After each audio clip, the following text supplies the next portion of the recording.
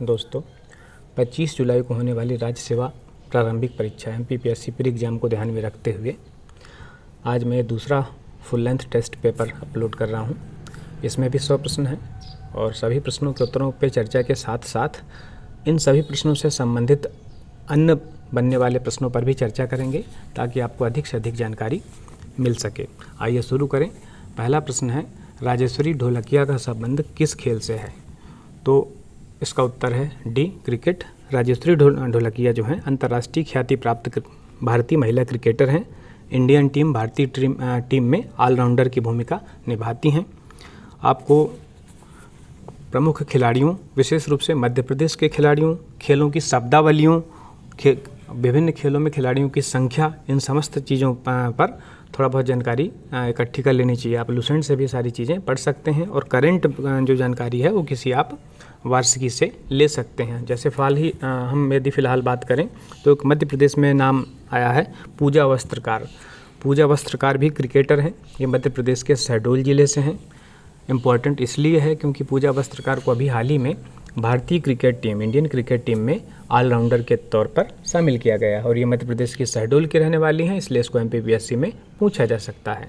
दूसरे प्रश्न की चर्चा करें हम, राज्य निर्वाचन आयुक्त को किसकी सिफारिश पर पद से हटाया जा सकता है? तो आप देख रहे होंगे मैंने काट दिया है क्योंकि ये प्रश्न जो है वो सही नहीं है।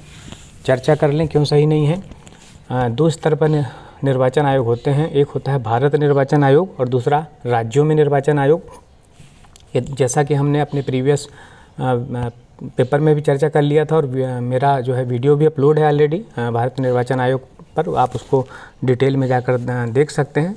लेकिन यहाँ मैं संक्षिप्त में बता दूं कि भारत निर्वाचन आयोग त्रिसदस्यीय है। आपको पता है 93 के बाद परमानेंटली त्रिसदस्यीय कर दिया गया है और जो एक मुख्य निर्वाचन आयुक्त होते हैं और 2 अन्य निर्वाचन आयुक्त होते हैं।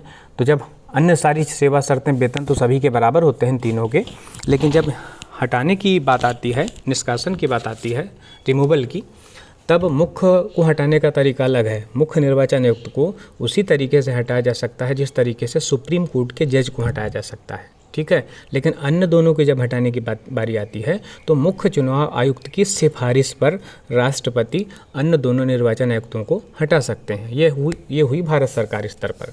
लेकिन राज्यों के स्तर पर बात हम करें तो जैसे फिलहाल मध्य प्रदेश की बात करें तो राज्य निर्वाचन आयुक्त में 1 सदस्य होता है, एक ही निर्वाचन आयुक्त होता है, मुख्य निर्वाचन आयुक्त कहलाता है।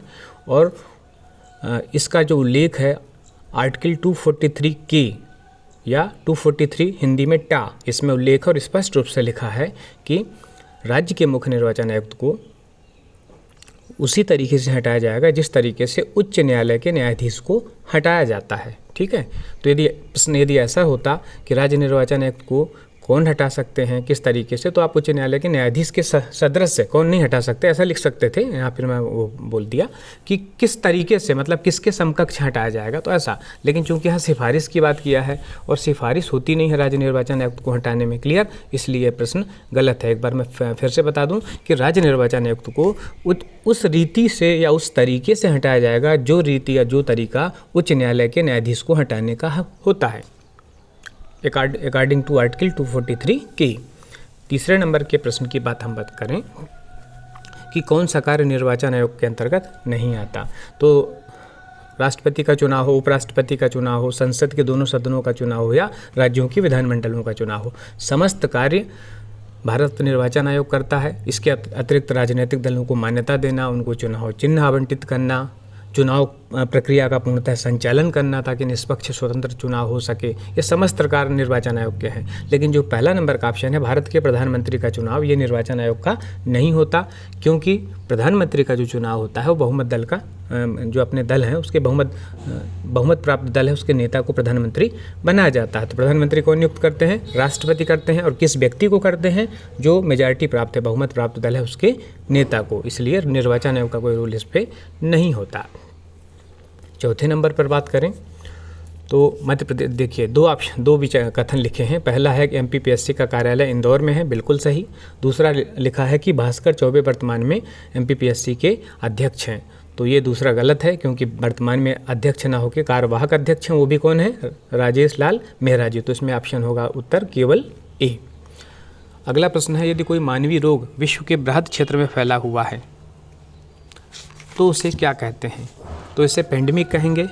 लेकिन इन चीज़ों को मैं थोड़ा सा स्पष्ट कर दूं, अभी जैसे कोरोना में भी आपको ये चीज़ें सुनाई दी हुई होंगी, तो 3-4 शब्दावली हैं वो आप याद रखिए। जब भी कोई बीमारी फैलती है, शुरुआत होती है तो एक छोटे क्षेत्र से होती है। जैसे कोरोना भी शुरू हुई तो चाइना के वुहान से शुरू हुआ। ये ज़रूरी तो नहीं था कि वो पूरे चाइना में फैलता और बाद में पूरी दुनिया में फैल जाता। हर रोग तो ऐसा नहीं होता। तो जब भी कोई रोग किसी क्षेत्र विशेष से शुरू होता है तब हम उसको बोलते हैं आउटब्रेक होना। इसके बाद जब उसका विस्तार एक से अधिक राज्यों में हो गया या पूरे एक देश में हो गया, एक कंट्री तक सीमित है, तब उसको हम बोलते हैं महामारी या एपिडेमिक। लेकिन यदि उसका विस्तार दुनिया के कई देशों में हो गया, या यूँ कह लीजिए कि यदि उसका रूप विश्वव्यापी हो गया, वर्ल्ड वाइड हो गया, तब उसको कहा जाता है पेंडेमिक। तो 3 शब्द हो गए। शुरुआत कोरोना का भी यही हुआ, आउटब्रेक हुआ वुहान में, फिर चाइना में हुआ जिसको एपिडेमिक हुआ, मतलब एपिडेमिक कहा गया। एक कंट्री लेवल तक सीमित है, वो कहीं भी हो सकता है, कोई भी अन्य बीमारी भी हो सकती है कोरोना के अतिरिक्त। और जब वर्ल्ड वाइड हो जाती है तब ये क्या कहलाती है? पेंडेमिक। तो कोरोना को WHO ने 11 मार्च 2020 में पेंडेमिक घोषित किया, जब दुनिया के कई देशों में ये फैल गया। एक और टर्म इस समय चर्चा में रहा, इन्फोडेमिक। तो इन्फोडेमिक एक अलग शब्दावली है। जो भ्रामक सूचनाएं या सूचनाओं की बाढ़ आ गई थी कोरोना पीरियड में, कई लोग आपने देखा होगा कि भले ही वो घरेलू इलाज बहुत सारे, और जो जिनमें कुछ थोड़ा बहुत सत्यता थी, थोड़ा बहुत सत्यता नहीं भी थी, तो जो भ्रामक जानकारी या सूचनाओं की बाढ़ है, दैट इज कॉल्ड इन्फॉर्मेशन से रिलेटेड है इन्फोडेमिक, जिसमें कई लोगों को काफ़ी घाटा हुआ। 6 नंबर की बात करें प्रश्न की, तो निम्न में से कौन सी स्थायी मेमोरी है? स्थायी मेमोरी होती है रोम, रीड एंड ओनली मेमोरी। इसको बदला नहीं जा सकता, इसकी सूचनाएं फिक्स होती हैं। और कंप्यूटर में सप्लाई बंद करने पे भी रोम की सूचनाएं ज्यों का त्यों बनी होती हैं। 7वां प्रश्न है, कौन सी भाषा जो है कंप्यूटर की उच्च स्तरीय भाषा है? कोबोल, बेसिक, लोगो। तो ये सभी भाषाएँ कंप्यूटर की उच्च स्तरीय भाषा, जिसको हम हाई लेवल लैंग्वेज कहते हैं। इसके अतिरिक्त भी बहुत सारी भाषाएं जो हैं हाई लेवल हैं, जैसे C++ है, कोमुल है, प्रोलाग है, जावा है, पास्कल है। ये समस्त जो हैं हाई लेवल लैंग्वेज हैं, तीसरी पीढ़ी में आई थी, और इन हाई लेवल लैंग्वेज में प्रोग्राम को लिखना और पढ़ना आसान होता है। फिर 8वां प्रश्न है, परमार वंश के किस शासक ने धार जिले में सरस्वती मंदिर का निर्माण कराया? तो परमार वंश के शासक थे राजा भोज, जिन्होंने धार जिले में सरस्वती मंदिर का निर्माण कराया और साथ ही वहाँ पर संस्कृत विद्यालय खुलवाया। तो राजा भोज, चूँकि मध्य प्रदेश का इतिहास भी है, PSC के सिलेबस में काफ़ी इंपॉर्टेंट है, तो आइए राजा भोज पर थोड़ा चर्चा कर लें। राजा भोज जो है परमार वंश के थे। धारा नगरी, जो धार है जिसको बोलते हैं, उसको उन्होंने अपनी राजधानी बनाया था। सरस्वती मंदिर और संस्कृत विद्यालय तो हुआ था, और इनका जो साम्राज्य था काफ़ी व्यापक क्षेत्र में था। मध्य प्रदेश के जो है भोपाल तक था, और इसके अतिरिक्त राजस्थान के भी कुछ जिले के जो है राज्य के अंतर्गत आते थे, जैसा चित्तौड़ है, बांसवाड़ा है, डूंगरपुर है, ये सब राजस्थान के भी कुछ पोर्शन थे। तो राजस्थान में चित्तौड़ में भी इन्होंने त्रिभुवन नारायण मंदिर बनवाया था। पिछली PSC में पूछा भी गया था कि चित्तौड़ में त्रिभुवन नारायण मंदिर का निर्माण किसने किया था? तो ये राजा भोज ने ही किया था। भोपाल में जो भोज ताल है वो राजा भोज ने ही बनवाया था। आपको पता है कि राजा भोज की प्रतिमा भी स्थापित है। ये स्वयं भी वास्तुकार थे और विभिन्न वैज्ञानिक यंत्रों का प्रयोग करते थे, उनका ज्ञान था। इन्होंने एक ग्रंथ भी लिखा था, ग्रंथ का नाम था युक्ति कल्पतरु। इस ग्रंथ में वास्तुशास्त्र और वैज्ञानिक यंत्रों का उल्लेख है, और इनको जो है नवशाह की उपाधि दी गई थी। अतः इन्हीं के चरित्र को उजागर करने के लिए पद्मगुप्त ने नवशाह सांक चरित लिखा। नवशाह सांक चरित, इतनी इन्फॉर्मेशन पर्याप्त है। अब हम देखें किसी नेटवर्क में संचार को स्थापित करने के लिए किस चीज़ की आवश्यकता पड़ती है। तो संचार हमेशा देखिए, एक जो प्रेषक है जो बोल रहा है, दूसरा जिसके लिए बोला जा रहा है जो रिसीवर है प्राप्तकर्ता, और बीच में माध्यम मीडियम, इन तीनों की आवश्यकता पड़ती है।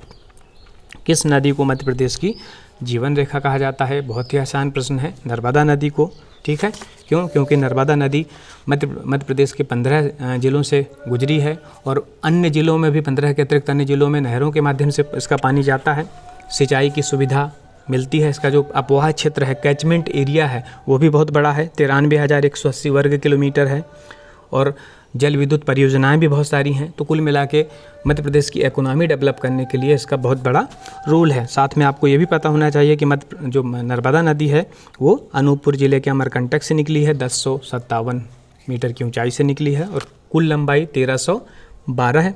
किलोमीटर है और 3 राज्यों में इसका विस्तार है। एक विस्तार है इसका मध्य प्रदेश, फिर कुछ पोर्शन गुजरात में और थोड़ा सा पोर्शन महाराष्ट्र में है।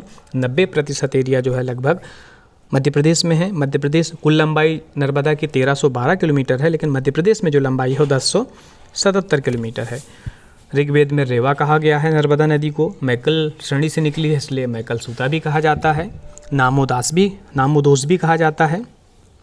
बहुत सारी जो हैं जल विद्युत परियोजनाएं हैं साथ में, चूँकि ये आपको पता होगा कि नर्मदा और ताप्ती दोनों जो हैं वो डेल्टा नहीं बनाती बल्कि क्या बनाती हैं, एस्चुरी बनाती हैं और भ्रंश घाटी, रिफ्ट घाटी में से होकर बहती हैं। वैसे भी जो विंध्याचल है और ऊपर नर्मदा के ऊपर नीचे सतपुड़ा है, मतलब विंध्याचल और सतपुड़ा के बीच में से होकर बह रही है नर्मदा नदी। बहुत सारे जलप्रपात भी बनाती है जिसमें सहस्त्रधारा हो, दुग्धधारा हो, मंदार हो, दर्दी हो, बेड़ा घाट वाला जो है ये जलप्रपात हो, तो बहुत सारे जलप्रपातों का निर्माण करती है। अब बात हम करें मध्य प्रदेश में किस स्थान पर सास बहू का मंदिर है। ये ग्वालियर में है, ग्वालियर के किले में। ग्वालियर का किला के बारे में कई बार पूछा है, राजा सूरज सेन ने बनवाया था। ठीक है, इसके बाद क्वेश्चन नंबर 12 की बात करें कि खुशबू परियोजना का संबंध किससे है। तो यहाँ खुशबू का संबंध इत्र से नहीं है, बल्कि प्रदेश की जो केंद्रीय जेल हैं उनमें कैदियों के सामाजिक पुनर्वास और उनके व्यक्तित्व में सुधार को ध्यान में रखते हुए ये खुशबू परियोजना शुरू की गई है। इसमें ये कोशिश की जाएगी इस परियोजना के तहत कि सरल और व्यवहारिक तरीके से जो कैदी हैं उनकी आपराधिक प्रवृत्ति को हम बदलें। इसके लिए धार्मिक साहित्य, महापुरुषों की जीवनियाँ, योगा, अन्य प्रेरणादायी स्रोतों के माध्यम से उनके दृष्टिकोण में परिवर्तन की बात शामिल है। आप ऐसा भी इसको कह सकते हैं कि कैदियों के जीवन में खुशबू, यदि उनका व्यक्तित्व बदलेगा, उनमें आपराधिक प्रवृत्ति समाप्त होगी तो उनके जीवन में क्या आएगी, खुशबू। तो कैदियों के जीवन में खुशबू लाने के उद्देश्य से खुशबू परियोजना की शुरुआत की गई मध्य प्रदेश जेल विभाग द्वारा। रोबोटिक्स प्रोसेस ऑटोमेशन RPA का अनुप्रयोग HR क्षेत्र में कैसे किया जाता है। HR मतलब ह्यूमन रिसोर्सेस, मानव संसाधन। तो आपको पता है कि जब मानव संसाधन को कंट्रोल करना है, यदि हम रोबोट का प्रयोग करें तो उसमें मानवों की संख्या क्या होगी, जैसे हम रोबोट लाएंगे तो मनुष्यों की संख्या जो है जो उसमें कमी की जा सकती है या कमी आएगी। तो क्या क्या कर सकता है रोबोट HR डेवलपमेंट में, नए कर्मचारियों की नियुक्ति, पेरोल सिस्टम, चयनित उम्मीदवारों की नियुक्ति, ये समस्त चीज़ें रोबोटिक्स के माध्यम से की जा सकती हैं। 14 नंबर पे बात करें कि किस प्रकार के ई-गवर्नेंस में सूचना और सेवाओं का आदान प्रदान सरकार से सरकार के बीच में होता है। तो जब भी हम ई-गवर्नेंस में सूचनाओं की बात करते हैं तो 3-4 तरीके से होता है। जब सरकार से सरकार के बीच में होगा तो इसको हम बोलते हैं गवर्नमेंट टू गवर्नमेंट। तो इसमें ऑप्शन होगा B, G2G, government to government. इसके अतिरिक्त भी और भी संचार आपको जान लेने चाहिए। जब गवर्नमेंट से नागरिकों के बीच में, जिसको हम सिटीजन बोलते हैं, तब होगा इसको हम बोलेंगे government to citizen, G2C, government to citizen. फिर एक होता है गवर्नमेंट टू बिजनेस, सरकार और जनता के मध्य बिजनेस इन्फॉर्मेशन को लेकर जब बात होगी तो गवर्नमेंट टू बिजनेस। और बाद में सरकार और उसके कर्मचारियों, जो कर्मचारी अधिकारी हैं उनके बीच में जब कम्युनिकेशन होगा तो इसको हम बोलते हैं G2E, government to employees. 15 number पर प्रश्न करें, असाधारण रूप से उच्च और निम्न ज्वार जो कि अमावस्या या पूर्णिमा को आते हैं, सूर्य, चंद्रमा, पृथ्वी एक संरेखित हों, एक ही सीधी रेखा में हों, तब उसे बृहद ज्वार या उच्चतम या हाई ज्वार कहते हैं। कहना ये चाह रहा है कि चूँकि पूर्णिमा या अमावस्या की बात करें, यहाँ पर क्या होता है, सूर्य, चंद्रमा, पृथ्वी सीधी रेखा में होता है, इसलिए जो ज्वार भाटे में इफेक्ट पड़ता है सूर्य चंद्रमा का, वो दोनों का सम्मिलित प्रभाव पड़ता है। और सम्मिलित प्रभाव होने के कारण ज्वार की जो है अधिक ऊंचा होता है, इसलिए हम इसको क्या बोलते हैं, बृहद ज्वार। इसके विपरीत जब हम अन्य बात करें, जैसे शुक्ल पक्ष और कृष्ण पक्ष की सप्तमी अष्टमी में, तो ऐसी स्थिति में सूर्य और चंद्रमा की स्थिति समकोण पे होती है, तो दोनों एक दूसरे के प्रभाव को क्या है, न्यूट्रलाइज करते हैं, तो ज्वार जो है थोड़ा कम आता है, उसको हम लघु ज्वार कहते हैं। तो चूंकि यहाँ अमावस्या पूर्णिमा की बात हो रही है सीधी रेखा की स्थिति में, ऐसी स्थिति में दीर्घ ज्वार आता है। शक्ति परियोजनाओं में निम्नलिखित युग्मों में कौन सा युग्म सुमेलित नहीं है। अब आपको पता होना चाहिए सारी चीज़ें कि किस स्थान पे जल सकती है, किस स्थान पे मतलब वाटर वाला जल विद्युत, और किस स्थान पे थर्मल पावर है, ताप विद्युत बन रही है। तब आप इस प्रश्न को कर पाएंगे, थोड़ा कठिन जरूर है। अब ऐसे प्रश्नों में ए से ही आपको दिमाग लगाना जरूरी नहीं है, आपको जो याद आता है उससे आप एलिमिनेट कर सकते हैं। जैसे राणा प्रताप सागर पता है कि ये राजस्थान में है, लेकिन चंबल नदी जो मध्य प्रदेश से गई है वहाँ से है, तो ये जल सकती है चंबल नदी पे आपको। तो डी सो सही है। इसने देखिए पूछा कौन सा सही नहीं है, सुमेलित नहीं है, तो एक आपने एलिमिनेट किया कि डी जो है वो सही है। ठीक है, डी नहीं हो सकता। उकाई गुजरात की है, ताप शक्ति ये भी सही है। फिर आप यदि इस पे बात करें नेवेली, तो नेवेली जो है ये भी ताप शक्ति वाला केंद्र है, थर्मल पावर है, और ये चेन्नई में है। यदि आपको ये पता है तो आप उत्तर लगा देंगे। साक्षर भारत योजना का प्रारंभ पूछा है, तो साक्षर भारत योजना जो है वो केंद्र प्रवर्तित, केंद्र द्वारा निर्मित एक योजना है, और इसकी शुरुआत हुई थी 19 अप्रैल 2010 से। इसका उद्देश्य था 15 वर्ष से अधिक आयु की जो निरक्षर महिलाएँ हैं उनको साक्षर बनाना, लिटरेसी रेट बढ़ाने के उद्देश्य से प्रोग्राम शुरू हुआ था। और ये सोचा गया था कि प्रत्येक वर्ष महिला साक्षरता की दर को हम 10% बढ़ाएंगे। इसमें होने वाले खर्चे की 75% पूर्ति केंद्र करेगा और 25% पूर्ति जो है संबंधित राज्य करेगा। संभनी वर्षा की बात करें तो संभनी वर्षा विषुवतीय क्षेत्र में होती है। आपको पता है कि पृथ्वी के दोनों गोलार्धों को विषुवत रेखा, जिसको हम भूमध्य रेखा भी बोलते हैं, इक्वेटर बोलते हैं, वो 2 भागों में बांटती है, और वहाँ सूर्य की किरणें बीचों बीच होने के कारण वर्ष भर सीधी पड़ती हैं। वहाँ पर क्या होता है, हवाएं जो हैं ऊपर उठ जाती हैं, कम दबाव का क्षेत्र बन जाता है, इसको हम डोल्ड्रम का क्षेत्र भी बोलते हैं, और साल भर हवाएं गर्म होकर ऊपर उठती हैं और बाद में संघनित हो जाती हैं ऊपर उठने के बाद, और वापस नीचे वर्षा करती हैं। इसलिए इसको क्या बोलते हैं, संवहनी वर्षा। साल भर वर्षा होती है, इसलिए भूमध्य रेखा वाले क्षेत्रों में कभी भी उच्च ताप नहीं पाया जाता, भले ही वहाँ सूर्य की किरणें हमेशा सीधी पड़ती हैं। भारत की निम्न झीलों में से कौन सी झील जम्मू कश्मीर में अवस्थित है? थोड़ा सा कठिन प्रश्न है, क्योंकि जो सामान्य आप जो है डल और वुलर झील सुनते हैं वो नहीं लिखा हुआ है। तो यहाँ एक अंचार झील है, अंचार या आचार झील, ये जम्मू कश्मीर में पाई जाती है। फुलझर झील की बात करें तो ये छत्तीसगढ़ में है। कोलोरू झील आपको पता होगा आंध्र प्रदेश में है, और हमीरसर झील गुजरात में है। निम्नलिखित दर्रों में से होकर किससे लेह जाने का रास्ता है? इसका उत्तर होगा जोजिला दर्रा से होके लेह जाने का रास्ता है। जम्मू कश्मीर राज्य के जो अभी पहले आप तो अलग अलग यूनियन टेरिटरी में बांट दिया, जम्मू कश्मीर को अलग बना दिया और लद्दाख को अलग बना दिया। तो लेह जो है एक्चुअल में लद्दाख का मुख्यालय है, प्रमुख नगर है, और जोजिला दर्रे से होकर यहाँ पे जाते हैं। यहाँ एशिया की सर्वाधिक ऊंची मौसमी वेधशाला है। यदि हम सिपकिला दर्रे की बात करें तो हिमाचल प्रदेश में है, चुम्बी घाटी की बात करें तो सिक्किम में है, और बनिहान दर्रे की बात करें तो जम्मू कश्मीर में है। दीनदयाल चलित अस्पताल योजना की शुरुआत कब हुई? तो ये हुई थी जून 2006 में। इसका उद्देश्य क्या था कि जो ग्रामीण क्षेत्र हैं दूर दराज के, वहाँ पर मेडिकल फैसिलिटीज़ उपलब्ध हो सके। एक वैन के माध्यम से जो है, चलित लिखा है तो मोबाइल वैन के माध्यम से डॉक्टर हैं, स्टाफ हैं, आवश्यक चिकित्सा उपकरणों के साथ जाते थे। विशेष रूप से जो आदिवासी बहुल्य गाँव हैं जहाँ मेडिकल सुविधाएँ नहीं हैं। फिर लिखा है निम्न में से कौन सी झील भारत के पश्चिमी तट पर स्थित है? तो दो तट हैं यहाँ पर, एक ईस्टर्न एक वेस्टर्न। पूर्वी तट की बात हम करेंगे तो देखिए आप यहाँ से शुरू हो जाएगा पश्चिम बंगाल, फिर उड़ीसा, फिर आंध्रा, ठीक है। तो ये पूर्वी तट हो जाएंगे। पश्चिमी तट की हम बात करेंगे वेस्टर्न साइड में तो केरल आ जाएगा, महाराष्ट्र आ जाएगा, ठीक है। तो अब यहाँ देखिए आप चिल्का झील उड़ीसा की है तो ये पश्चिमी तट पे नहीं हो सकती। पुलिकट भी तमिलनाडु की, ये भी नहीं होगी। कोलोरू आंध्रा की है। केरला की झीलें जो हैं वो सब पश्चिमी तट पे रहेंगे। तो केरला में कौन कौन सी झीलें हैं? अष्टमुडी है, अनाईमुडी है, वेम्बनाड है। तो इसमें उत्तर होगा अष्टमुडी। तो आपको इस तरीके से सोचते हुए सारे प्रश्नों को हल करना है, आराम से, रिलैक्स भाव से। अब हम आगे प्रश्न की बात करें। कृष्णदेव राय के दरबार में अष्टदिग्गज कौन थे? तो कृष्णदेव राय के जो दरबार में अष्टदिग्गज थे वो एक्चुअल में 8 तेलुगु कवियों का समूह था। जैसे आपको पता है कि अकबर के दरबार में भी नवरत्न थे, चंद्रगुप्त विक्रमादित्य के दरबार में भी नवरत्न थे, लेकिन वो विभिन्न क्षेत्रों से थे, अलग अलग क्षेत्रों से थे। लेकिन कृष्णदेव राय के दरबार में जो अष्टदिग्गज थे वो एक ही क्षेत्र के थे और वो पूरे के पूरे तेलुगु के कवि थे। कृष्णदेव राय स्वयं भी तेलुगु और संस्कृत के अच्छे ज्ञाता थे, है ना। इनके बारे में आपको पता होना चाहिए कि कृष्णदेव राय कौन थे। कृष्णदेव राय विजयनगर में थे, है ना। आपको पता है सालुब, तुलुब, कई अरविडु वंश हुए, संगम वंश हुए हैं, तो ये तुलु वंश से थे। टी फॉर तुलु वंश से थे कृष्णदेव राय। 1509 के आसपास शासक बने थे ये। और इन्हीं के समय कई बार प्रश्न पूछा है कि पुर्तगाली यात्री डोमिंगो पायस आया था 8 दिग्गज तो थे ही, पता ही आपको, ये स्वयं भी संस्कृत तेलुगु के विद्वान थे। इन्होंने स्वयं, मतलब कृष्णदेव राय शासक जो थे, इन्होंने स्वयं तेलुगु में अमूल्य मालद और संस्कृत में जमवंती कल्याणम की रचना की थी। साथ ही इन्होंने नागलपुर नगर बसाया था, हजारा विट्ठल स्वामी मंदिर का निर्माण करवाया था। इनको आंध्र भोज या अभिनव भोज उपाधि इनकी थी, पूछा जाता है कई बार।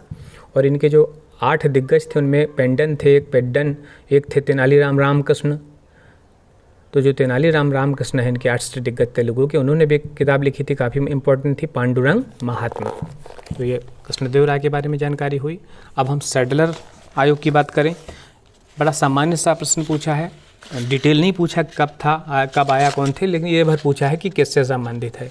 तो ये शिक्षा से संबंधित है, लेकिन पता होना चाहिए आपको कि ये चेम्सफोर्ड के समय 1917 में आया था।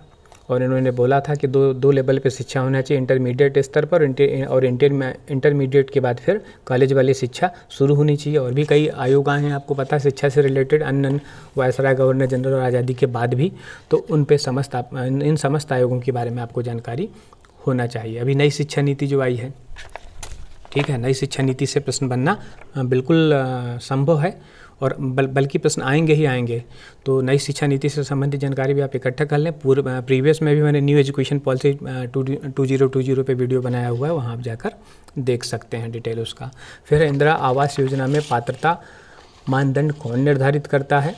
तो ये अधिकार जो है ग्राम पंचायतों को दिया गया है।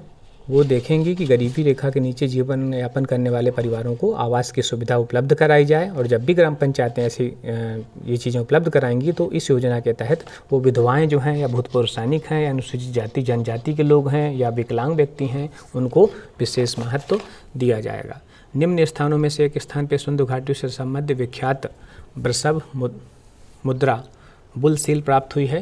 तो ये हुई है मोहनजोदड़ो में। आपको पता है कि मोहनजोदड़ो प्रमुख नगर था सिंधु घाटी का, जो कि पाकिस्तान के सिंध प्रांत के लरकाना में स्थित था, सिंधु नदी के तट पे। और 1922 में राखालदास बनर्जी ने इसकी खोज की थी। वहाँ जो है विशाल स्नानागार है, विशाल अन्नागार है, सभागार है, समस्त चीज़ें प्राप्त हुई थी। कांसे की नर्तकी भी वहीं से मिली थी, और वृषभ की मुद्रा भी वहीं से मिली थी। 1946 में चुनाव में मुस्लिम लीग ने किस प्रांत में सरकार बनाई थी? तो 1946 में जो चुनाव हुए थे, तो बंगाल में कई जो है उस समय राज्य थे, उसमें तो कांग्रेस की बनी थी, लेकिन बंगाल में मुस्लिम लीग ने कृषक प्रजा पार्टी के साथ मिलकर सरकार बनाई थी। और जब तक भारत आज़ाद हुआ, तब 47 में 15 अगस्त तब तक ये सरकार चलती रही। निम्न में से किसने 2020 में सर्वश्रेष्ठ अभिनेता का पुरस्कार जीता? ऑस्कर पुरस्कारों की बात की जा रही है 2020 के, या 2020 के इम्पोर्टेंट जब अभिनेता अभिनेत्री है, फिल्म कौन सी है, ये 4-5 डेटा जो है वो याद रहने चाहिए। तो नाम है जोकिन फिनिक्स है। इनको फिल्म जोकर के लिए काम करने के लिए सर्वश्रेष्ठ ऑस्कर पुरस्कार मिला। ये वाला ऑस्कर पुरस्कार जो है 92वां संस्करण था, और 10 फरवरी 2020 को आयोजित किया गया था। 29 नंबर की बात करें कि कौन सा जो है संस्थान वित्तीय संस्थान नहीं है? तो आपको पता है कि ICICI वित्तीय संस्थान है, IDBI भी वित्तीय संस्थान है। जब तीसरे नंबर पे आप जाते हैं, BCCI भारतीय क्रिकेट कंट्रोल बोर्ड। ये जो कि क्रिकेट कंट्रोल बोर्ड है, फाइनेंशियल इंस्टीट्यूशंस नहीं है, आपको चौथे विकल्प में जाने की आवश्यकता नहीं पड़ेगी। फिर नागरिकता अधिनियम जो है 1955 के अंतर्गत पंजीकरण द्वारा भारतीय नागरिकता प्राप्त करने के लिए भारतीय मूल के व्यक्ति को कितने वर्ष भारत में बिताने होंगे? आपको पता है 5 तरीके से भारत की नागरिकता मिलती है। एक होता है जन्म से, फिर वंश से, फिर पंजीकरण से, फिर देशीकरण से, और फिर नए भूभागों को विजित करने से। तो ये पंजीकरण मतलब ऐसे जो है भारतीय मूल के हैं या कॉमनवेल्थ के नागरिक हैं, उनको ये समय सीमा जो है 5 वर्ष की गई है, और जो बाहर के व्यक्ति हैं उनके लिए 10 वर्ष सीमा की गई है। तो जो पंजीकरण की बात आएगी जो 5 वर्ष, देशीकरण की बात आएगी तो 10 वर्ष। बलराम ताल योजना का संबंध पूछा है, तो बलराम ताल योजना का सिंपल संबंध है, वर्षा जल का संचयन करना है ताकि सिंचाई में उपयोग किया जा सके। सिर्फ एक ही उद्देश्य है, तो सिर्फ ये उत्तर सही है, वर्षा जल का संचयन ताकि सिंचाई की जा सके, कृषि को बढ़ाया जा सके। कौन सा एक भारत के नागरिक का मूल कर्तव्य नहीं है? फंडामेंटल ड्यूटीज़ की बात की जा रही है। तो आप जब पूरा पढ़ेंगे कि इस समय आपको पता है कि पहले मूल संविधान में, पहले उसकी हम जनरल चीज़ें देख लें कि भाग 4 का 4A में जो है फंडामेंटल ड्यूटीज़ को शामिल किया गया है, आर्टिकल 51A है।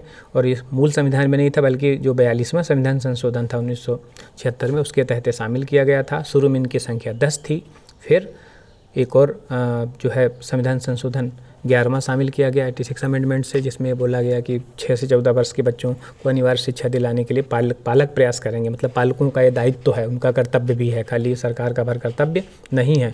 6 से 14 वर्ष के बच्चों को अनिवार्य शिक्षा के लिए फंडामेंटल राइट भी प्रावधान किया गया 21A में, लेकिन वो फंडामेंटल राइट था। यहाँ क्या है, ड्यूटी है। ड्यूटी किसकी निर्धारित की गई, पालकों की। अब आप देखें वैज्ञानिक मनोदशा, ये सारी चीज़ें शामिल है, मतलब खुद के डेवलपमेंट के लिए। जनसंपत्ति की रक्षा करना भी ड्यूटी है, संप्रभुता एकता अखंडता की रक्षा करना भी ड्यूटी है। परिवार नियोजन अपनाना, जनसंख्या नियंत्रण, ये कर्तव्यों में शामिल नहीं है। साथ में आपको ये भी पता होना चाहिए कि ये सरदार स्वर्ण सिंह कमेटी के बेस पे इसको जोड़ा गया था मौलिक कर्तव्यों को। तो डिटेल में ये सारी चीज़ें पता होना चाहिए। अब हम बात करें 33 नंबर के प्रश्न की।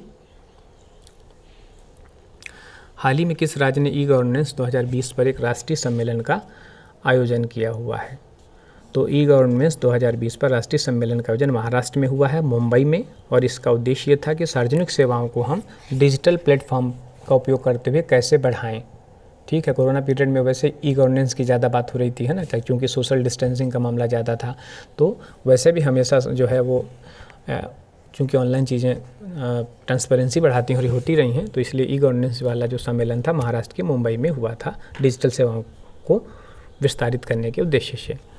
प्रश्न नंबर 34 की बात करें तो भारत के संविधान के 2 प्रबंध जो सर्वाधिक स्पष्ट रूप से न्यायिक पुनर्वलोकन की शक्ति को व्यक्त करते हैं।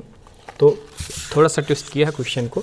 इसका आंसर जो एग्जैक्ट होगा 32 और आर्टिकल 226 होगा। इसको मैं स्पष्ट कर दूं कि आपको पता है कि यदि किसी के मूल अधिकारों मतलब फंडामेंटल राइट का हनन होता है, तो चूँकि मौलिक अधिकार वादयोग है, न्यायालय में प्रवर्तनी है, तो ऐसे व्यक्ति जिनका फंडामेंटल राइट का हनन होगा वह अनुच्छेद 32 के तहत डायरेक्ट सुप्रीम कोर्ट में और अनुच्छेद 226 के तहत डायरेक्ट हाई कोर्ट में रिट जो है अपना पिटीशन दायर कर सकता है। और फिर उसके लिए 5 रिटें होती हैं जिसके माध्यम से उसको अनुतोष प्राप्त होता है व्यक्ति को, जो कि रिटें जारी करने का अधिकार हाई कोर्ट और सुप्रीम कोर्ट को है।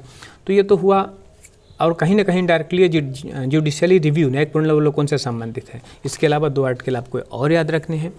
यदि न्यायालय अपने ही डिसीजन को रिव्यू करता है तब इसका आर्टिकल है 137 137 के तहत जो है न्यायालय स्वयं अपने डिसीजन को रिव्यू कर सकता है। तीसरा एक और है, यदि कार्यपालिका कोई जो अनुदेश है, निर्देश हैं, वो ऐसे पारित करती है जो संविधान के अनुरूप नहीं है, या विधायिका कोई ऐसे कानून बनाती है जो संविधान के अनुरूप नहीं है, तब न्यायालय उनका भी रिव्यू कर सकता है आर्टिकल 13(2) के तहत। अब बात आती है 35 में लिखा है कि अंतरिम बजट को भारतीय संसद में किस अनुच्छेद के तहत पेश किया जाता है। तो बजट शब्द भारतीय संविधान में नहीं है उल्लेखित। एक्चुअल में बजट फ्रेंच भाषा का शब्द है, और जब शायद फ्रांस में एक चमड़े के थैले में जब कुछ पेपर्स भर के लाए गए थे तब उसको बजट कहा गया था, और ये हर जगह अंग्रेजी में भी एप्ट कर लिया गया और बजट कहा जाने लगा। तो बजट तो डायरेक्टली बजट शब्द उल्लेख नहीं है, बट 112 में हमारे यहाँ जो है वित्तीय वार्षिक विवरण एनुअल फाइनेंशियल स्टेटमेंट जो है वो बजट का उल्लेख है। और अंतरिम बजट की बात करें तो 116 में भी है, जिसको जो कि लेखानुदान, प्रत्यानुदान, अपवादानुदान, है ना, इस तरीके से किया गया है कि बजट के पहले जो है आप जैसे अंतरिम बजट, जब अंतरिम बजट तो ये होती है कि सरकार जो स्थायी नहीं है अब समाप्त होने वाली है, तो एक कुछ सीमित मात्रा में, चूँकि वो स्थायी बजट तो पेश कर नहीं सकती, तो ऐसे में क्या होता है वो अंतरिम बजट पेश करती है। और 2-3 चीज़ें आपको और भी पता होना चाहिए। 116 में ये भी उल्लिखित है कि बजट के पहले जो आपको राशि, एक टेंटेटिव राशि 10% या 20% दी जाती है, वो लेखानुदान कहलाती है, बोर्ड ऑफ अकाउंट्स कहलाती है। और बजट पारित होने के बाद यदि कुछ और नई प्लान शुरू होती हैं या किसी प्लान में राशि कम पड़ जाती है, तब हम अनुपूरक अनुदान भी मांग सकते हैं। सारी चीज़ें 116 में है। निम्नलिखित विकल्पों में से किस मद के आयात का मान सबसे अधिक होता है?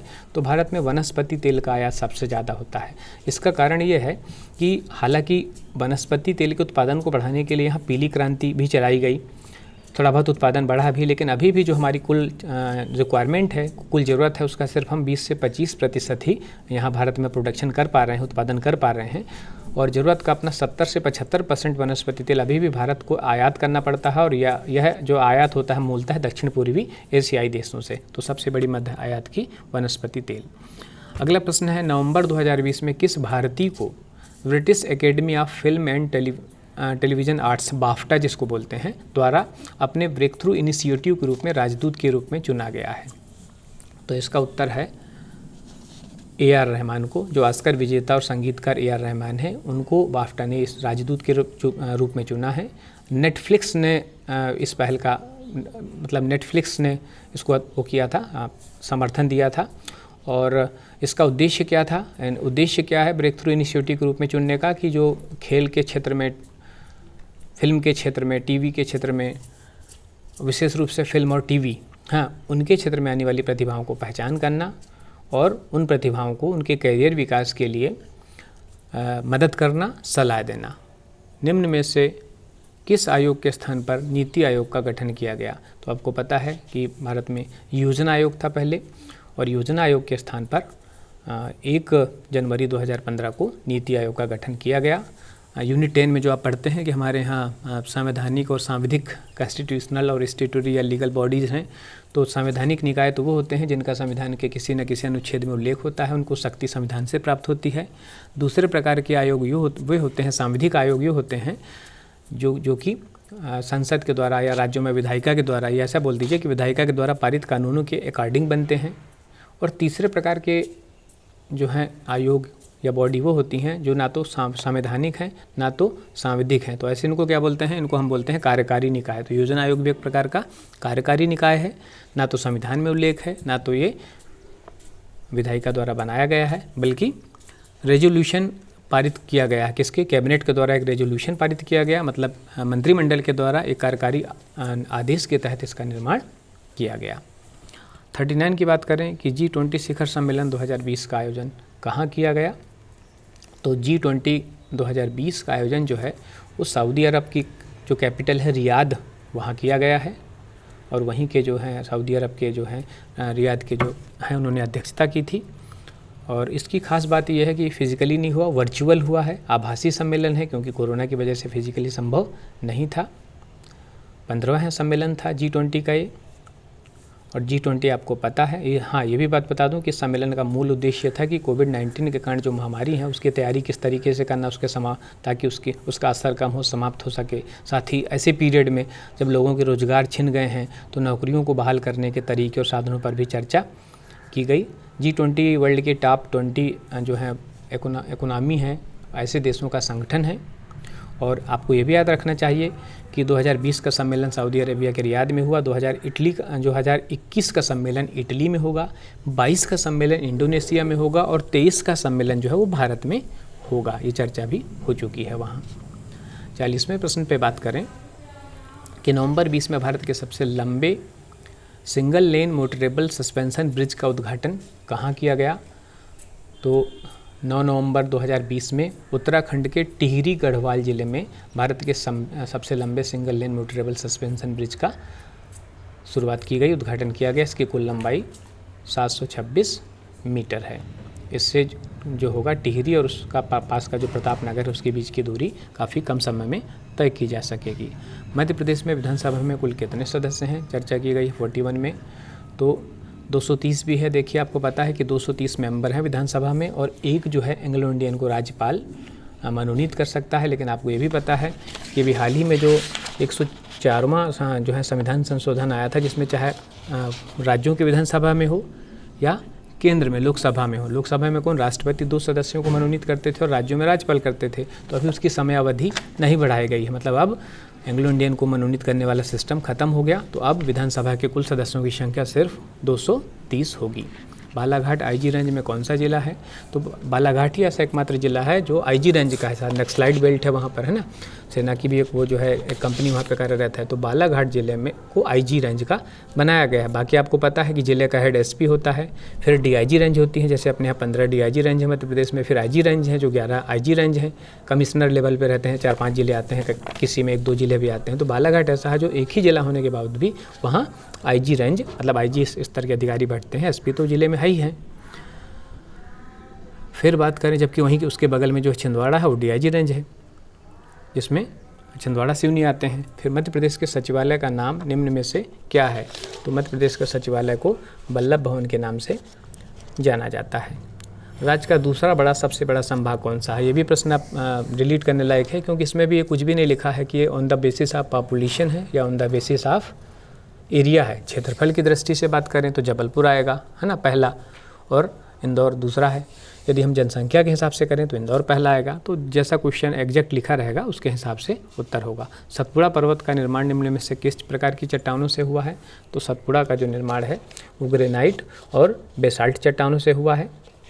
आपको पता है कि विंध्याचल है पर्वत श्रृंखला, इसके बाद फिर नर्मदा नदी आती है और इसके नीचे फिर आता है सतपुड़ा, और सतपुड़ा के जो दक्षिण में है ग्वालीगढ़ की श्रेणियाँ हैं, और इसके बाद फिर शुरू होता है ताप्ती का एरिया। तो ये क्रम आपको पता होना चाहिए, तो इससे संबंधित जो है मैप के बेस पे जो प्रश्न बनेंगे वो उनका उत्तर आप दे पाएंगे। निम्न में से कौन मध्य प्रदेश का सबसे बड़ा पठार है? तो सिंपल सी बात है, मालवा का पठार सबसे बड़ा है, ठीक है, इजी प्रश्न है। फिर मुल्लई पेरियार बांध जिसके बीच किसके किसके बीच विवाद का विषय है?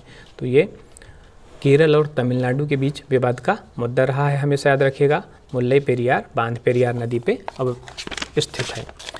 निम्न में कौन सा भारत का सबसे कम सिंचित जिला पूछा है? तो सबसे कम सिंचित जिला है डिंडोरी, याद रखिएगा। सबसे कम सिंचाई जो है उसको सुविधा डिंडोरी में, बिल्कुल भी सिंचित एरिया नहीं है, लगभग 2% के आसपास है, कुछ एग्जैक्ट डेटा याद नहीं है मुझे। फिर मध्य प्रदेश में तालाब द्वारा सिंचाई सबसे अधिक किस जिले में होती है? तो बालाघाट वाला एरिया जो है, बालाघाट और सिवनी 2 जिलों तालाबों से सिंचाई के लिए प्रसिद्ध है, और उसमें भी सबसे ऊपर क्या है? बालाघाट। 50 नंबर के प्रश्न की बात करें कि संजय गांधी ताप विद्युत केंद्र जो है इसकी उत्पादन क्षमता पूछ लिया है। तो संजय गांधी ताप विद्युत केंद्र उमरिया ज़िले में है। उमरिया ज़िले की एक तहसील है पाली विरसिंहपुर, वहाँ पर है ये, और इसकी क्षमता 1340 मेगावाट है, ये याद होना चाहिए। और पाली विरसिंहपुर में एक इम्पॉर्टेंट मंदिर भी है, विरासनी देवी मंदिर, विरसिंहपुर में ही विरासनी देवी मंदिर, ये भी पूछा जा सकता है। फिर ये टेबल मैच करने वाला आ गया है 51 में। तो इसमें यदि आपको देखिए, आपको यदि पता है कि ग्रेफाइट बैतूल में पाया जाता है तो भी आप ये आराम से इसको कर लेंगे। कई बार क्या होता है वो सिमिलर में डेटा मैच करा देता है, तो आपको 2 पता है तब भी नहीं बन पाते, लेकिन ये इसमें आसान जो है ऑप्शन दिए गए हैं। ग्रेफाइट बैतूल में है तो 1 का 2 हो गया। अब 1 का 2 कोई है ही नहीं, तो आपको आगे नहीं भी पता रहेंगे तो भी बन जाएगा।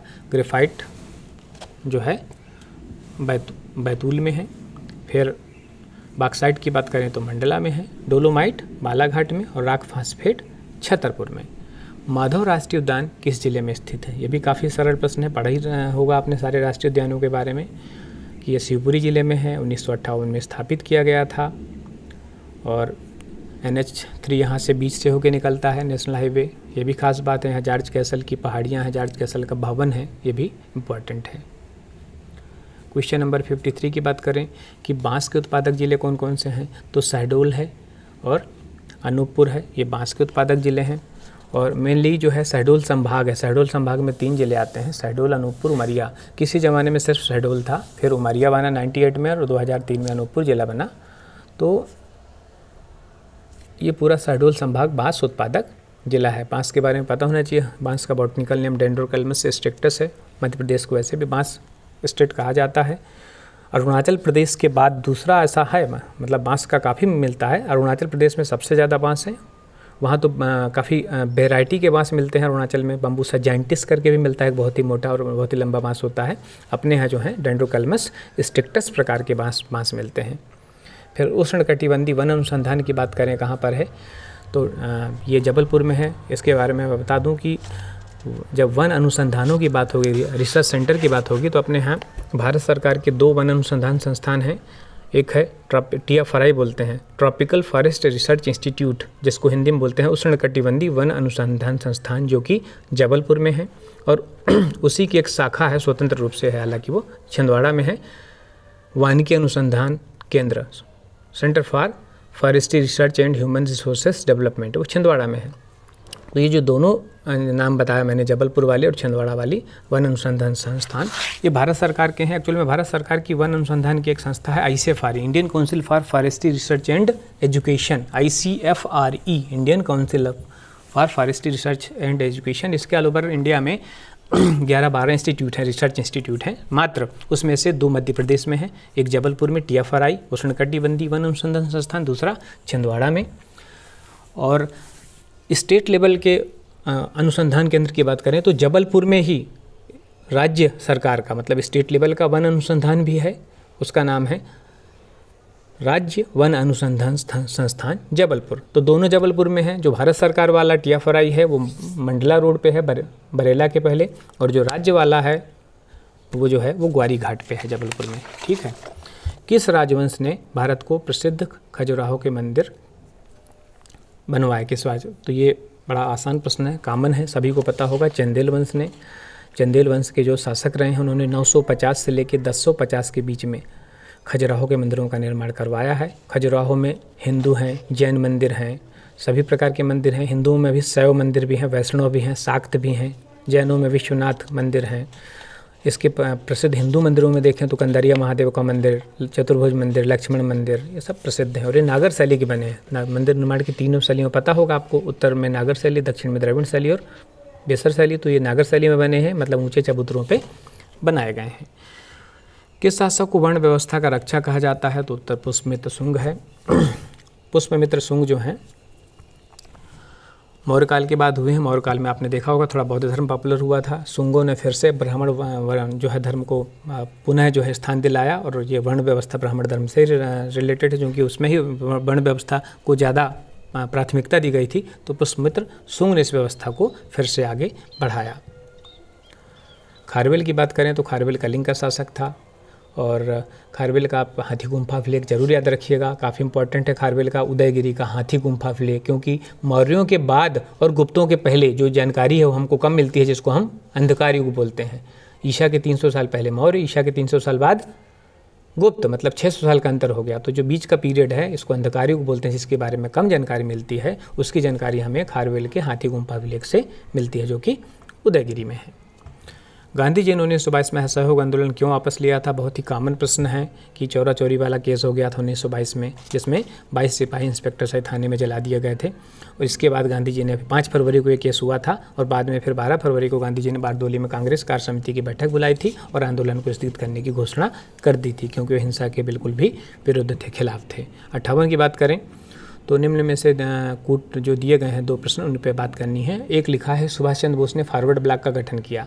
तो पहले भी डिस्कशन हो चुका है मेरे वीडियोस में भी कई बार ये, कि सुभाष चंद्र बोस 1939 में जो त्रिपुरी कांग्रेस का जो अधिवेशन हुआ था उसमें पट्टाभी सीतारामैया को हरा के अध्यक्ष बने थे, और बाद में फिर आंतरिक विरोध के कारण इन्होंने कांग्रेस छोड़ दिया और फॉरवर्ड ब्लॉक बनाया था। ये कथन बिल्कुल सही है। और दूसरा 1928 में HSRA जिसको हम बोलते हैं हिंदुस्तान रिपब्लिकन सोशलिस्ट एसोसिएशन, तो ये चंद्रशेखर आज़ाद और भगत सिंह, जिसमें एक सदस्य भगत भी थे, इन्होंने फिरोज शाह कोटला मैदान दिल्ली में इस संगठन का निर्माण किया था। तो इस तरीके से देखे जाएँ तो दोनों कथन जो हैं सही हैं। मध्य प्रदेश में लोकसभा के लिए कुल कितनी सीटें हैं? तो 29 सीटें लोकसभा की हैं, राज्यसभा की 11 सीटें हैं, पता होना चाहिए। और लोकसभा की जो 29 है उसमें भी 4 SC के लिए फिक्स हैं और 6 ST के लिए रिजर्व है। नीति आयोग की बात फिर इन्होंने किया है कि उसके पहले जो है, आपको पता है नीति आयोग के चेयरमैन या अध्यक्ष प्रधानमंत्री होते हैं, ठीक है, लेकिन वाइस चेयरमैन नियुक्त किए जाते हैं। तो वाइस चेयरमैन पहले जो थे वो अरविंद पनगड़िया थे, 2015 से 17 तक इन्होंने काम किया था। अभी इसके जो हैं वाइस चेयरमैन राजीव कुमार हैं। राष्ट्रीय मानवाधिकार के बारे में बात इन्होंने किया है, 2 कथन लिखे हैं कि रंगनाथ मिश्र मानवाधिकार आयोग के पहले अध्यक्ष थे और वर्तमान अध्यक्ष HA दत्तू हैं। तो मानवाधिकार जो एक्ट है वो 1993 में बना, और आयोग जो है 12 अक्टूबर 93 में बना, नई दिल्ली में मुख्यालय है। पहला कथन बिल्कुल सही है कि रंगनाथ मिश्र इसके पहले अध्यक्ष थे, लेकिन वर्तमान में अब दत्तू जी नहीं हैं। वर्तमान में जो इसके अध्यक्ष हैं वो न्यायमूर्ति A.K. मिश्रा हैं। तो इसमें सिर्फ उत्तर जो होगा केवल A सही होगा। अब जैसा आप मानवाधिकार आयोग आया तो आपको सारी डिटेल इसकी पढ़ लेना चाहिए, क्योंकि इसको किसी भी रूप में पूछा जा सकता है। मैं जस्ट आपको एक आउटलुक दे रहा हूं, क्योंकि 100 प्रश्नों में यदि हम बहुत ज़्यादा डिटेल में जाएंगे तो वीडियो बहुत ज़्यादा लंबा हो जाएगा, और मेरी कोशिश है कि 1 घंटे के अंदर मैं वीडियो लगभग कर सकूं। 62 में हम देखें कि मध्य प्रदेश में वर्ष 81 में लोकायुक्त अधिनियम बना और पहले लोकायुक्त बनाए गए पीवी दीक्षित। दोनों ही प्रश्न सही हैं। 81 में ही लोकायुक्त बना और पहले पीवी दीक्षित बने थे, तो उत्तर हो जाएगा सी। अभी लोकायुक्त की बात करें तो आप कमेंट बॉक्स में लिखिएगा कौन है इस समय मध्य प्रदेश के लोकायुक्त, जिससे पता चलेगा कि आपने कितना पढ़ के रखा है। 63 की बात करें कि NCPCR national commission for protection of child rights, इसके बारे में 3-4 चीज़ें लिखी हैं कि सांविधिक निकाय है, मतलब लीगल स्टैट्यूटरी बॉडी है ये। फिर इसका गठन 2007 में किया गया और इसका उद्देश्य है बाल अधिकारों की रक्षा। बिल्कुल सही है, सारे कथन सही है। वैसे भी आप देखें जो उपरोक्त तो सभी है, ज़्यादातर संभावना उसकी होती है सही होने की। मध्य प्रदेश राज्य सतर्कता आयोग के गठन की बात किया तो आपको पता है कि संधानम कमेटी की रिपोर्ट के बाद जो है वो सतर्कता कमीशन का गठन हुआ था, तो ये 1964 में गठन हुआ। भारतीय संविधान के किस अनुच्छेद में राज्य निर्वाचन आयोग का प्रावधान है? पहले भी कई बार आ चुका है। 243 के, हिंदी में जिसको बोलते हैं 243 टा। निम्न में से जो इसका काम क्या है राज्य निर्वाचन आयोग का? इसका काम सिर्फ जो है स्थानीय स्वशासन, मतलब स्थानीय जो निकाय है, जैसे रूरल एरियाज के लिए पंचायती राज और अर्बन एरियाज के लिए नगर पालिकाएँ, नगर निगम, नगरीय निकाय जिसको बोलते हैं, नगर पंचायत, इनका चुनाव कराना है। बाकी चुनाव के लिए सिर्फ 2 का चुनाव कराता है, नगरीय निकायों का और पंचायती संस्थाओं का। बाकी सारे चुनाव जो है भारत निर्वाचन आयोग कराता है।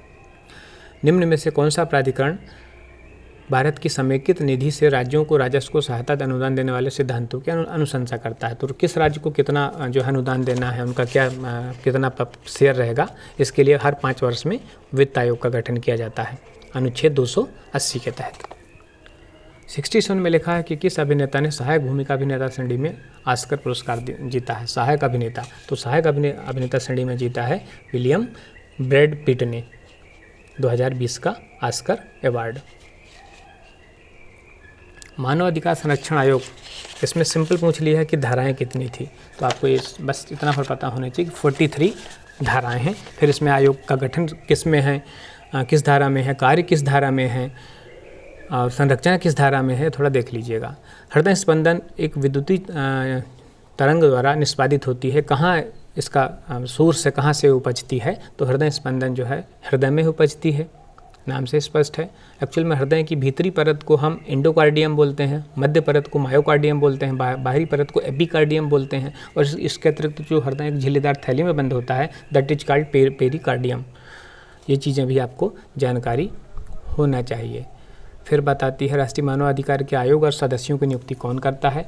तो नियुक्ति राष्ट्रपति करते हैं, लेकिन प्रधानमंत्री की अध्यक्षता में एक कमेटी बनती है 6 सदस्यीय, उसकी अनुशंसा पर करते हैं। लेकिन करते कौन है? अनुशंसा वो कमेटी करेगी, प्रधानमंत्री की अध्यक्षता में जो 6 सदस्यीय कमेटी बनी है, और नियुक्ति करेंगे राष्ट्रपति। निम्न में से कौन सी मुद्रा मानवाधिकार से संबंधित नहीं है? अब इन्होंने लिखा है कि ह्यूमन राइट्स के अंतर्गत क्या क्या आएंगे। तो देखिए, सांप्रदायिक हिंसा हो, चाहे जातिगत मुद्दे हो, चाहे न्याय में विलंब हो, सब ह्यूमन राइट्स में आएंगे। सिर्फ वनों की कटाई डिफरेंट है, लगे दिख रहा है ऑप्शन ये, है ना। बहुत ही आसान प्रश्न है कि ये मानवाधिकार से संबंधित नहीं है। मानवाधिकार में क्या क्या आएंगे? पुलिस अभिरक्षा में यदि मृत्यु हो जाती है, समलैंगिक अधिकार है, मानव का अवैध व्यापार हो रहा है, सांप्रदायिक हिंसा हो रही है, जातिगत मुद्दे हैं, न्याय में विलंब यदि है, आतंकी घटनाएं हैं, या बाल अधिकार, महिला अधिकार या अल्पसंख्यकों से जुड़े अधिकार हैं, तो ये सब मानवाधिकार के अंतर्गत आएंगे। 72 में लिखा है कि मध्य प्रदेश में राज्य वित्त आयोग का गठन जो है वो जुलाई 1995 में किया गया, और इसका कार्यकाल कितना होता है? 6 वर्ष। और ये पूछा है कि इसमें से सही क्या है, तो ये पता होना चाहिए कि जो राज्य वित्त आयोग है उसका गठन 1994 में किया गया है, जुलाई 1994 में। मतलब पहला भी गलत हो गया, और इसका सदस्यों का कार्यकाल जो है, आयोग का कार्यकाल कितना होता है? 5 वर्ष। तो दोनों ही गलत होगा, इसलिए ना तो 1 ना तो 2। नागा भित्ति चित्र नामक लोक चित्रकला का संबंध मध्य प्रदेश के किस क्षेत्र से है? तो नाग जो भित्ति चित्र है वो निमाड़ क्षेत्र में है। निमाड़ आपको पता है कि पहले खंडवा और खरगोन जिले होते थे, जो संयुक्त रूप से जो है जिनको मिला के क्या बोला जाता था? निमाड़ांचल। बाद में खंडवा से बुरहानपुर बन गया, खरगोन से बड़वानी बन गया, तो अब चारों जिलों को मिला के निमाड़ क्षेत्र कहलाते हैं। इसकी एक अलग ही कल्चर है। यहाँ बिल्कुल काली मिट्टी पाई जाती है, जिसमें कपास बहुत होती है, मतलब कपास उत्पादक जिले हैं। ब्लैक कॉटन सॉइल जिसको बोलते हैं वो पाई जाती है। और फिर आपको ये भी पता है कि निमाड़ क्षेत्र में ही जो है लोक नाट्य लोक नृत्य कई हैं, वो भी याद कर लीजिएगा। सिंगा जी का जो मेला लगता है, उनके जो है भतीजे कालू जी का मेला है, सब ये निमाड़ क्षेत्र की चीज़ें हैं। और इसी में जो है नाग भित्ति चित्र की बात किया है तो गोबर से लिपाई कर देते हैं और बाद में सफ़ेद कलर से जो है गोबर की लिपाई होगी, फिर सफ़ेद कलर का बैकग्राउंड बनाया जाएगा और फिर काले रंग से नाग के देवता बनाए जाते हैं, जिसको हम नाग भित्ति चित्र कहते हैं। गूगल में आप फ़ोटो जाके देख सकते हैं। फिर कौन सा मेला मध्य प्रदेश में लगता है, तो सिंगा जी का मेला अभी जस्ट चर्चा हुई, निमाड़ क्षेत्र का हो गया है ना। मड घोगरा का मेला, मड घोगरा एक टूरिस्ट प्लेस है जो कि सिवनी जिले के जो है लखनऊ क्षेत्र में स्थित है। भैरवथान नामक स्थान है, वहाँ जो गुफाएं हैं और शंकर जी का मंदिर है गुफा के अंदर। तो ये मड घोगरा का मेला लगता है शिवरात्रि के समय। और सिंगा जी को आप जानते ही हैं, महान संत थे ये, पश्चिमी निमाड़ के। तो पिपलिया में लगता है सिंगा जी का मेला। और बरमान मेले की बात करें तो नरसिंहपुर में लगता है। फिर कौन सी इंटरनेट सेवा डायल अप के समान सामान्य टेलीफोन लाइन पे चलती है, तो ये है इस सेवा का नाम है DSL, digital subscriber line. Blog को किस नाम से भी जाना जाता है, तो मेनली बेब ब्लॉग है, लेकिन उसको हम जनरली ब्लॉग बोल देते हैं। किस मृदा को कम सिंचाई की आवश्यकता होती है, क्यों? क्योंकि नमी को रोकने की क्षमता उसमें होती है। तो आपको पता है कि जो ब्लैक सॉइल होती है, ब्लैक सॉइल में क्या होता है, जल धारण क्षमता, वाटर होल्डिंग कैपेसिटी ज़्यादा होती है। जैसे हम इसके उल्टा हम सैंड की बात करें, रेतीली मिट्टी की बात करें, बलुई मिट्टी की, तो इसमें जो है पोरोसिटी ज़्यादा होती है। और बलुई मिट्टी में क्या होती है, वाटर होल्डिंग कैपेसिटी, जल धारण क्षमता कम होती है। लेकिन काली मिट्टी में क्या होती है, जो जल को धारण करने की क्षमता, जिसको हम वाटर होल्डिंग कैपेसिटी बोलते हैं, वो अधिक होती है। इसलिए उसमें सिंचाई की कम आवश्यकता होती है, क्योंकि वो नमी को काफ़ी समय तक रोके रहती है। क्वेश्चन नंबर 78 की यदि हम बात करें कि अनुसूचित जाति जनजाति अत्याचार निवारण नियम, इसके तहत कितने दिनों में जो है अधिकारी अपनी रिपोर्ट सौंपेगा, तो उसके लिए 30 दिनों का प्रावधान किया गया है। 78 के बाद 79 पे आ जाएं। ये भारत में सबसे बड़ा बाघ अभयारण्य, टाइगर रिजर्व कौन सा है, तो आपको पता है कि जिम कॉर्बेट से शुरू हुआ 1973 में। मध्य प्रदेश में बात करें तो कान्हा से शुरू हुआ। लेकिन सबसे बड़े टाइगर रिजर्व की बात करें तो ये आंध्र प्रदेश में है, नागार्जुन सागर पूरा नाम है नागार्जुन सागर श्री सैलम। ये सबसे बड़ा क्षेत्रफल वाला टाइगर रिजर्व है भारत का। दूसरा स्थान है जो यहाँ पर इंद्रावती करके है छत्तीसगढ़ में, ठीक है। फिर हम बात करें कि कौन सी एक पवन की दिशा को प्रभावित करने वाला कारक नहीं है, तो ये पता होना चाहिए आपको कि दाब प्रवणता बिल्कुल पवन की दिशा को प्रभावित करेगी, घर्षण करेगी, कोरियोलिस फोर्स भी करेगा, लेकिन चुंबकत्व या मैग्नेटिज्म जो है बिल्कुल भी चुंबकत्व का कोई असर नहीं पड़ता। कौन सा कथन जो है सही नहीं है, तो देखिए इन्होंने लिखा है कि संसार की 50% से अधिक प्राणी जातियाँ उष्णकटिबंधीय वर्षा वनों में पाई जाती हैं, बिल्कुल सही है। 1/3 भूपृष्ठ शुष्क या अर्धशुष्क भी है, ये भी ठीक है। और महासागर में जो प्लवी पादक हैं, पादक प्लवक, वो संसार के आधे से अधिक ऑक्सीजन भी उत्पादित करते हैं, ये भी सही है। चौथा जो लिखा है कि संसार की महत्वपूर्ण मरुभूमि या मरुस्थल या जिसको डेजर्ट बोलते हैं, वो इक्वेटर वृत्त में मतलब भूमध्य रेखा के आसपास पाए जाते हैं, तो ये जो है गलत है। क्यों? क्योंकि जितने भी आप देखेंगे मरुस्थल है वो 23.5 डिग्री उत्तरी अक्षांश जहाँ कर्क रेखा है, ट्रॉपिक ऑफ कैंसर है, और 23.5 दक्षिणी अक्षांश मकर रेखा, ट्रॉपिक ऑफ कैप्रिकॉर्न, वहाँ के आसपास मिलेंगे। चाहे वो भारत पाकिस्तान का थार मरुस्थल हो, चाहे आटाकामा मरुस्थल हो, चाहे कालाहारी हो अफ्रीका का, चाहे चिली का आटाकामा हो, समस्त जो है सारे ये कर्क और मकर मतलब ट्रॉपिक ऑफ कैंसर और ट्रॉपिक ऑफ कैप्रिकॉर्न के आसपास मिलेंगे। ट्रॉपिक ऑफ इक्वेटर पे क्यों नहीं मिलेंगे, उसकी चर्चा हमने प्रीवियस क्वेश्चन में भी कर ली है कि वहाँ चूंकि डोल्ड्रम का क्षेत्र बन जाता है, समनी वर्षा साल भर होती है, इसलिए मरुस्थल का सवाल ही नहीं उठता, इसलिए डी आंसर गलत होगा।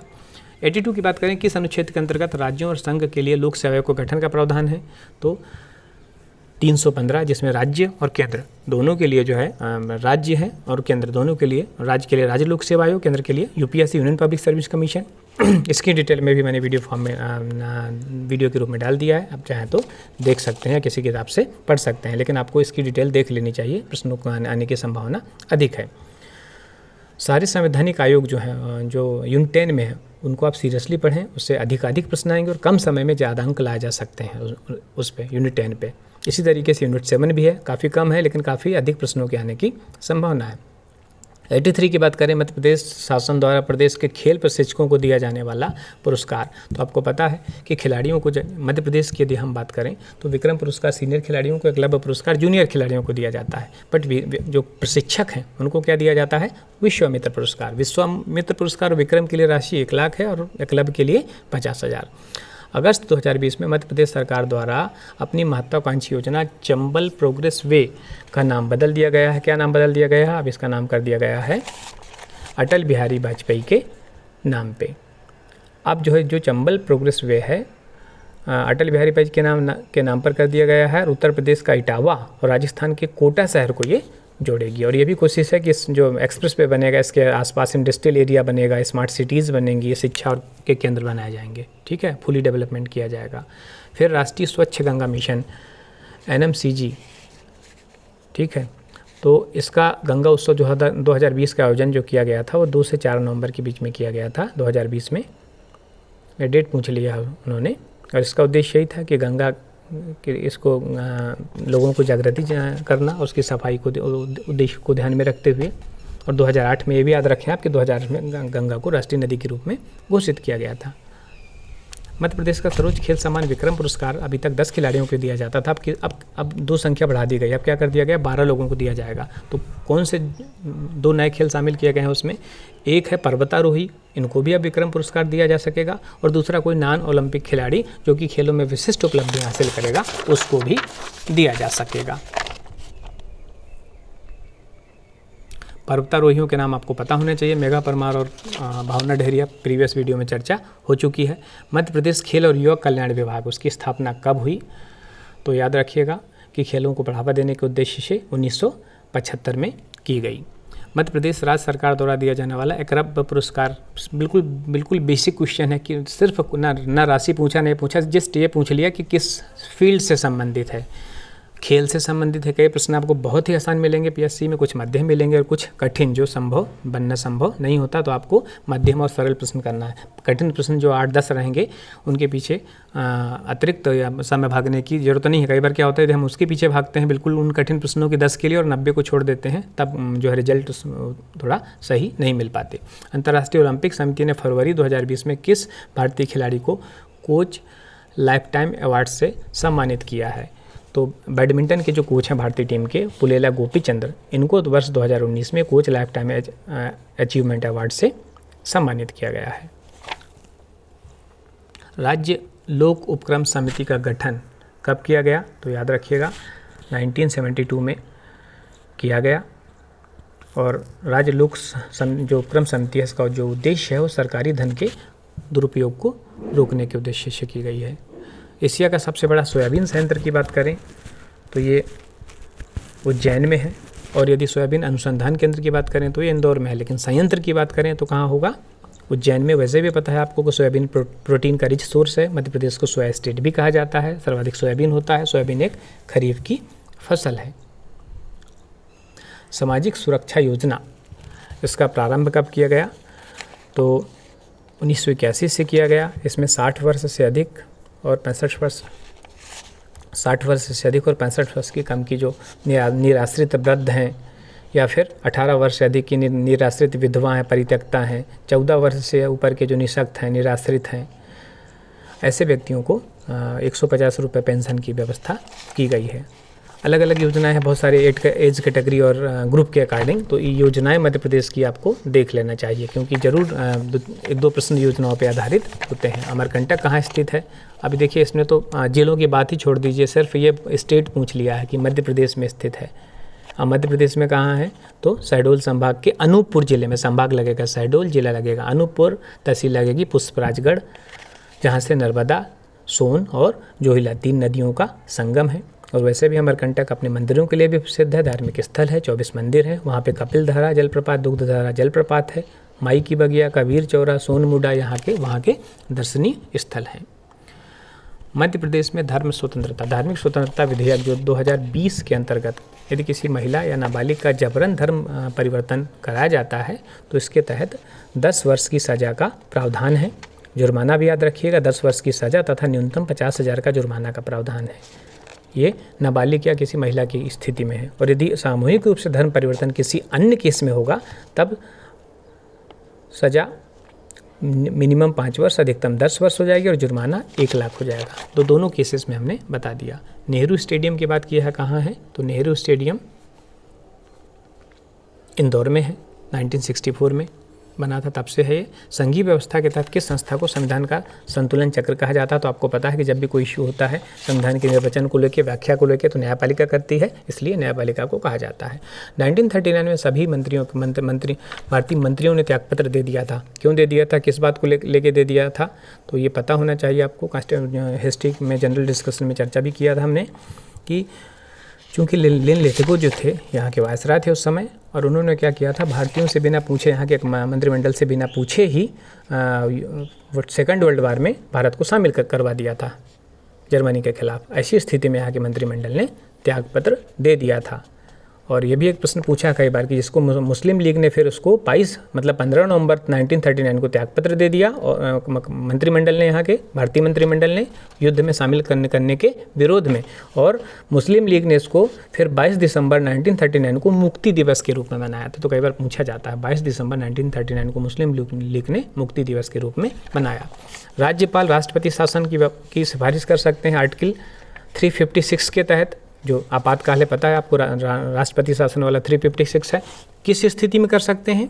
यदि उसको इस बात का समाधान हो जाता है कि राज्य का शासन संवैधानिक उपबंधों के अनुसार नहीं चलाया जा रहा है, तब वो करेंगे। देखिए, इसमें मुख्यमंत्री की संस्तुति या विधानमंडल की संस्तुति का तो कोई रोल ही नहीं होता ना। यदि लगता है कि राज्य का शासन संवैधानिक उपबंधों के अनुसार नहीं चलाया जा रहा है, तो उसको भंग करने के लिए राष्ट्रपति शासन, चूँकि कॉन्स्टिट्यूशनल प्रोविजन यहाँ काम नहीं कर पा रहे हैं, यदि राज्यपाल को ऐसा लगता है तो 356 के तहत संस्तुति कर सकता है। 99 की बात करें, 126 संविधान संशोधन में किस समुदाय के लिए कोई प्रावधान नहीं किया गया? तो ये एक्चुअल में 104वां संविधान संशोधन था, और ये बिल था 126वां, तो बिल क्रमांक था, जिसके तहत एंग्लो इंडियन को अभी स्थान नहीं दिया गया। उन्हें लगा पर्याप्त जो है उनकी संख्या है, अलग से स्थान देने की आवश्यकता नहीं है। अमेंडमेंट याद रखिएगा।